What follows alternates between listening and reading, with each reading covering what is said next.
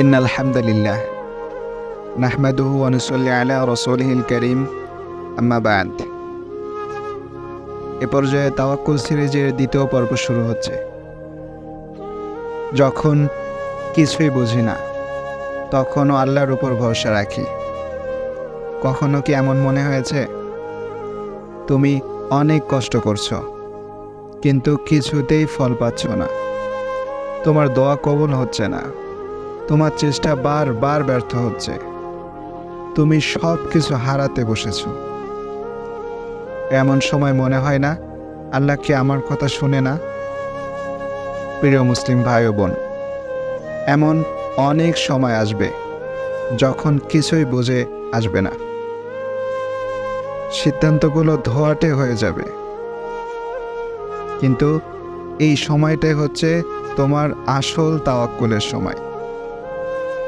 তুমি কি জানো উহুদের যুদ্ধে মুসলমানরা যখন কঠিন পরীক্ষায় পড়েছিল, মনে হয়েছিল হেরে গেছে সব, কিন্তু আল্লাহ তাদের সেই সময় বললেন, তোমরা যদি ধৈর্য ধরো এবং তাওয়াক্কুল অবলম্বন করো তবে তাদের কৌশল তোমাদের কোনো ক্ষতি করতে পারবে না। সত্যি কোনো ক্ষতি করতে পারে নাই। তারা বুঝতে পারছিল না কি হবে, তবুও তারা আল্লাহর উপর ভরসা রেখেছিল। রাসূলুল্লাহ সাল্লাল্লাহু আলাইহি ওয়াসাল্লাম বললেন, যদি তোমরা আল্লাহর উপর সঠিকভাবে তাওয়াক্কুল করো তবে তিনি তোমাদের রিজিক দেবেন যেমনটি তিনি পাখিকে রিজিক দেন। ভোরবেলায় সে খালি পেটে বের হয়, সন্ধ্যায় ঠিকই পূর্ণ পেটে সে ফিরে আসে। ভেবে দেখো,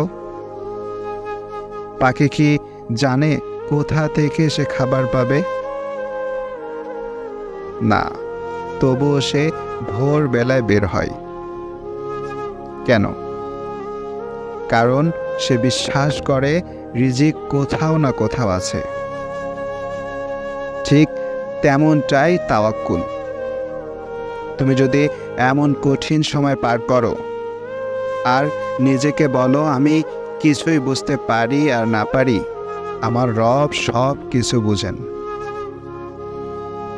তুমি হয়তো এখন কাঁদছো, তুমি হয়তো ভাবছো সব শেষ, কিন্তু আল্লাহ তো বলেন অবশ্যই কষ্টের পরে আছে স্বস্তি।